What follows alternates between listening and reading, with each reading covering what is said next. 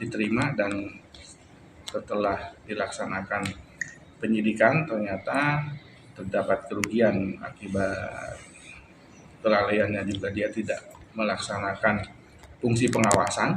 Nah, makanya nanti kita minta juga untuk pengembalian kerugian yang dari minta para konsultan pengawas itu, dari kontrak-kontrak yang dia tanda tangani dan besaran uang yang dia sudah terima.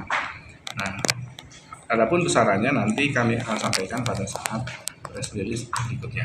Mungkin untuk saat ini saya hanya press release mengenai pengembalian dari dari penyedia aja, dari SP. Yang tiga ini kan belum sidang, nanti sampai ke persidangan ya, sampai dengan proses tuntutan, dia punya kesempatan untuk mengembalikan si konsultan pengawas itu. Nanti apakah mengembalikan atau tidak, itu akan kita pertimbangkan. Jadi apakah semuanya diringankan atau hanya sebagian, ya tentunya bagi yang mengembalikan kerugian negara pasti akan kita tentukan sesuai ketentuan, yaitu yang seringan-ringannya sebagaimana ketentuan, karena niat baiknya dia untuk mengembalikan keuangan negara. Gitu. Pak, terkait informasi yang kami dapat bahwa bendera atau PT yang digunakan oleh pelaksana lapangan itu sistem pinjam, apakah itu benar, Pak? Yang mana? Orang golf lorong? Oh tidak, dia melaksanakan sendiri. Apa mungkin bisa di-spill? Mungkin ada hasil penyelidikan soal aliran dana nih, hasil korupsi ini ke keempat tersangka ada apa? Kayak misalnya segitu dapat segini, TSK itu dapat segini, ada apa seperti itu? Tidak. Tidak. Jadi untuk yang kerugian 1.838 ini yang dibebankan kepada penyedia itu adalah kekurangan volume dan kekurangan kualitas saja. Jadi bukan gratifikasi atau apa. Ini hanya akibat kekurangan volume dan kekurangan kualitas dari pekerjaan. Oke, izin Pak, untuk jumlah kasus 2024 dan 2025 ini mungkin bisa dijelaskan kembali. Untuk penanganan kasus tahun 2025 kami menangani dana desa sebanyak 4 perkara dari 2 kasus, yaitu 3 perkara dari desa Gololujang, yaitu dengan kerugian sebesar 909.071.000. Kemudian 1 perkara lagi desa Lale dengan kerugian 650.422.000. Kemudian untuk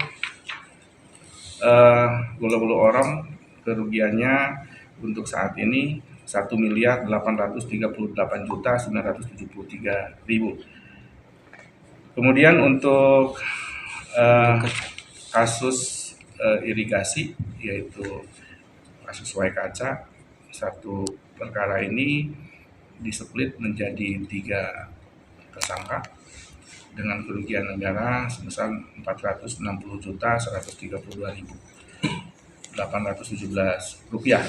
Dan untuk proyek jalan, 1 kasus ini displit menjadi untuk saat ini menjadi 4 orang, jadi 4 berkas dan menjadi 4 tersangka. Tapi tidak menutup kemungkinan nanti apakah bertambah atau tidak, nanti menunggu hasil perkembangan selanjutnya. Satu kemarin ini ya Pak, kan tadi malam tersangka SB sudah ditahan nih Pak, bagaimana itu? Ya, tersangka SB adalah salah satu tersangka dan yang bersangkutan adalah sebagai penyedia dari proyek pekerjaan ruas jalan Golo-Golo Orong tahun 2000 dan 2022 dengan pagu anggaran tahun 2021 sebesar 11.877.976 dan tahun 2022 12.517.938.000. Dengan kedua proyek tersebut, karena penyediaannya sama, total kerugiannya kalau ditotalkan 2021 dan 2022 adalah sebesar 1.838.973.271 rupiah. Itu barangkali. Ya. Tersangka SB ini sudah menyerahkan total kerugian negara yang 1,8 miliar itu, Pak. Nah, itu tindak lanjutnya bagaimana? Itu pertanyaan pertama, Pak. Terus pertanyaan kedua, di sini kan ada 4 tersangka. Mengapa hanya SB yang mengganti rugi semua total kerugian negara nih, Pak? Terus itu bagaimana tindak lanjut? Untuk penanganan SB, walaupun sudah mengembalikan kerugian negara, yaitu semua kerugian atas pekerjaannya, yaitu 1.838.973.271 itu hanya menjadi hal yang meringankan saja, karena berdasarkan ketentuan undang-undang berdasarkan pasal 4 yang menyatakan bahwa walaupun ada pengembalian kerugian negara tidak menghapuskan pidananya itu. Kemudian untuk kenapa harus ditindaklanjuti, padahal itu ada 4 tapi yang menanggung adalah sendiri. Nah, nanti kepada konsultan pengawas itu kan dia ada kontraknya juga, yaitu masing-masing. Memang seperti apa kondisi Kejati. Kejati Sebetulnya saya tidak ada atensi khusus, tidak ada ini sebetulnya proses seperti biasanya saja. Nah, cuma kan banyak yang bertanya, baru kita buka. Kami menangani tanggal 29 April sudah melakukan penahanan. Penyidikan juga kami dari Januari sudah melakukan penyidikan. Nah, kenapa yang mana kemarin itu kan saya sampaikan ya kelemahan kami mungkin tidak publikasi. Nah, itu dia.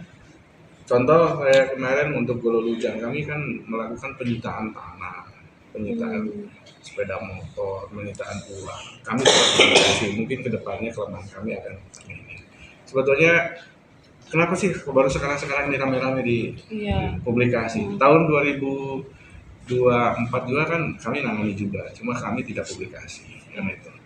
Nah, mungkin kedepannya saya rasa kemitraan dengan pers saya mungkin akan perbaiki, saya akan jalin komunikasi sehingga masyarakat bisa lebih mengetahui kinerja kami, untuk jangan sampai ada sangka ada penyitaan seolah-olah ngumpet-ngumpet kan itu. Iya. Betul, Pak. Berarti sampai pertengahan tahun ini sejak awal berapa sudah kasus korupsi itu, Pak? Dua kasus dana desa, terus tambah Ini totalnya berapa? infrastruktur kami ada jalan yang tahap ini penyidikan, jalan 1 yaitu Bulu-Bulu Orong, kemudian irigasi 1, dana desa 2 untuk saat ini. Kalau untuk yang penyelidikannya mohon maaf Belum bisa, ya. Takutnya nanti jadi bias Atau kabur. Takutnya ada yang kabur atau bunuh diri, Pak. siap. Ada yang lain, Pak Andas? siap. Nah, prinsipnya kalau saya untuk menemukan efek jerah itu 1, berapapun hasil kerugian atau ditemukan kerugian misalnya, akan saya rampas asetnya. Itu bukan memenjarakan selama-lamanya, tetapi uang negara yang dikorupsi akan saya ambil. Sehingga dengan adanya dia mengambil misalkan pengurangan volume, ini akan kapok. Cuma juga mengurangi volume, kan itu. Kalau seandainya hasilnya itu diambil lagi. Kedua, walaupun ada pengembalian kerugian negara, kan itu. Kalau agak besar, tadi yang saya sampaikan di atas 200 atau di atas 300 lah, tetap saya akan proses. Kenapa? Biar ada efek jerah juga. Jangan sampai udah korupsi nanti dibalikin, kalau ini tidak ada proses kan itu akan menimbulkan tidak ada kepastian lah. Makanya saya ambil sikap walaupun mengembalikan kerugian, karena udah proses penyidikan, saya tetap akan proses supaya ada deteran efeknya kepada pelaku-pelaku yang belum melakukan kan itu. Nah, tapi kalau seandainya misalkan entry point-nya saya adalah perampasan terhadap aset dari hasil kejahatan. Oke, izin Pak Kejari, terkait uang yang mereka kembalikan, itu Pak Kejari sampaikan tadi akan dikembalikan ke negara, diserahkan ke negara kan? Iya. Nah, serahkan ke negara ini apa kembali ke daerah sendiri atau ke provinsi Pak Kejari?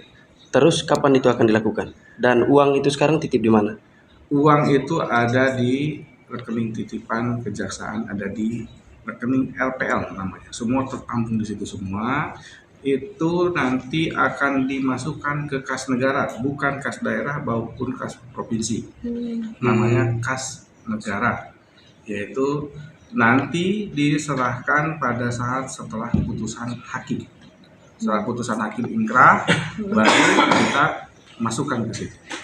Jadi semua rekening di tampungan itu, semua uang-uang ditampung di situ. Nanti setelah ada putusan baru di ini. Karena nanti kalau dimasukin ke kas negara sekarang kan belum ada putusan. Iya. Bisa aja nanti Kurang atau lebih. yang bersangkutan bebas. Oh Kalau iya. Benar. kan hakim bisa memutus bebas, bisa memutus uangnya Kelebihan. di bawah situ kan gitu. Jadi tunggu putusan hakim terlebih dahulu. Kalau putusannya bebas, uangnya udah dimasukkan ke kas negara kan tidak bisa ngambil lagi. Pak, Oh, 4 orang yang kasus golok-golok orang ini kapan mulai disidang? Kami masih proses penyidikan, masih membutuhkan waktu, masih penyidikan dan pengembangan untuk yang lainnya. berarti ada kemungkinan tersangka lagi, Pak? Menunggu Ada perkembangan dari hasil fakta nanti selanjutnya. Terus berkaitan dengan WKC, Pak, bentuk pengurangan volumenya itu seperti apa?